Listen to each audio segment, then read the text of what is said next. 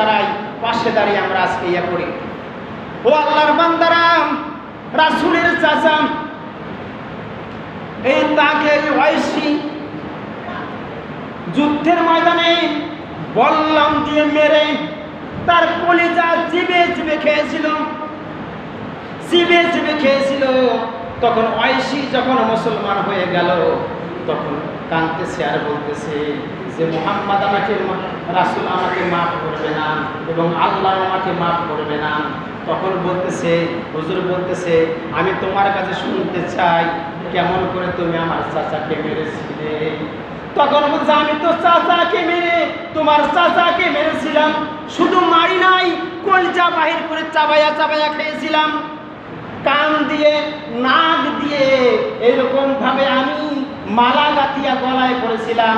বলেন তো আপনার চাচাকে যদি মেরে, যদি ওরকম ভাবে কলিজা বাহির করিয়া চাবায়া খায়া আপনি ক্ষমতায় আছেন, আপনার সামনে যদি আসিয়া বলে যে আপনার চাচাকে আমি মেরেছিলাম এবং আপনার চাচার কলিজা আমি চেপে খেয়েছিলাম, নাক দিয়ে কান দিয়ে এরকম মালা গেঁথে আমি গলায় পড়েছিলাম, বলেন তো আপনার কত রাগ হতে পারে?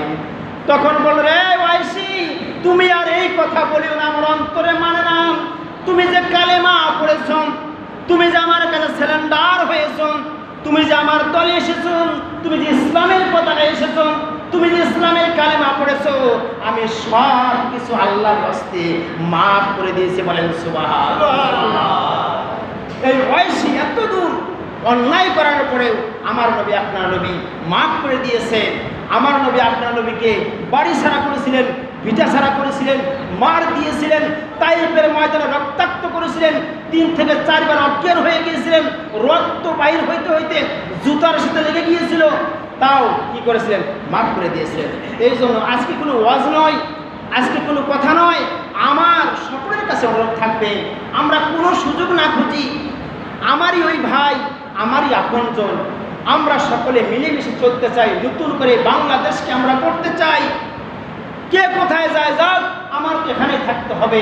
আমরা নতুন করে গড়ব বাংলাদেশ।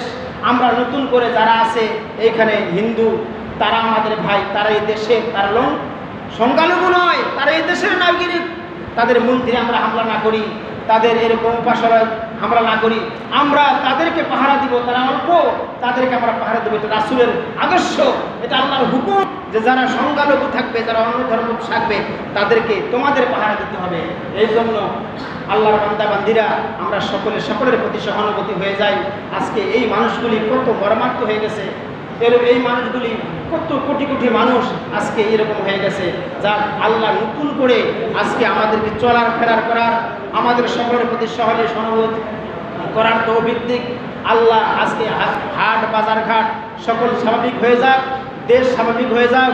আমরা সবাই আজকে গত শুক্রবারে আমরা যে ছাত্রগুলি এই আন্দোলনের কারণে শহীদ হয়ে গেছে, আমরা দোয়া করেছিলাম এখানে, এবং সেই দোয়াটা খুব আলোচিত পরিচিত হয়ে গেছিল। আল্লাহর রহমতে আমরা আজকেও দোয়া করব এই দেশের জন্য, এই সংবিধানের জন্য, এই কোঠার জন্য যারা আন্দোলন করতে করতে শহীদ হয়ে গেল, আমরা তাদের জন্য, এবং যারা পথচারী সাধারণ মানুষ শহীদ হয়ে গেল তাদের জন্য, এবং সকলের জন্য আমরা আজকেও দোয়া করব। আল্লাহ তাদেরকেও জান্নাতবাসী নিয়ে যাক, এবং আমাদের সকলের প্রতি রাসূলের যেহেতু আমরা উম্মত, সেই রাসূলের তরিকায় চলা ফেরা করার তৌফিক দেখ, আমরা সকলের প্রতি চলি। আল্লাহ তাআলা আমাদের সকলের প্রতি সহানুভূতি হওয়ার তৌফিক দেখ। আল্লাহ আমাদেরকে কবুল করুন। আমরা সবাই আল্লাহুম্মা আমিন, আল্লাহুম্মা আমিন। ওয়া আখিরু দাওয়ানা আলহামদুলিল্লাহি রাব্বিল আলামিন। আসসালামু আলাইকুম ওয়া রাহমাতুল্লাহি ওয়া বারাকাতুহু। আমরা যারা সুন্নাত পড়ি নাই, আমরা সুন্নাত পড়ি।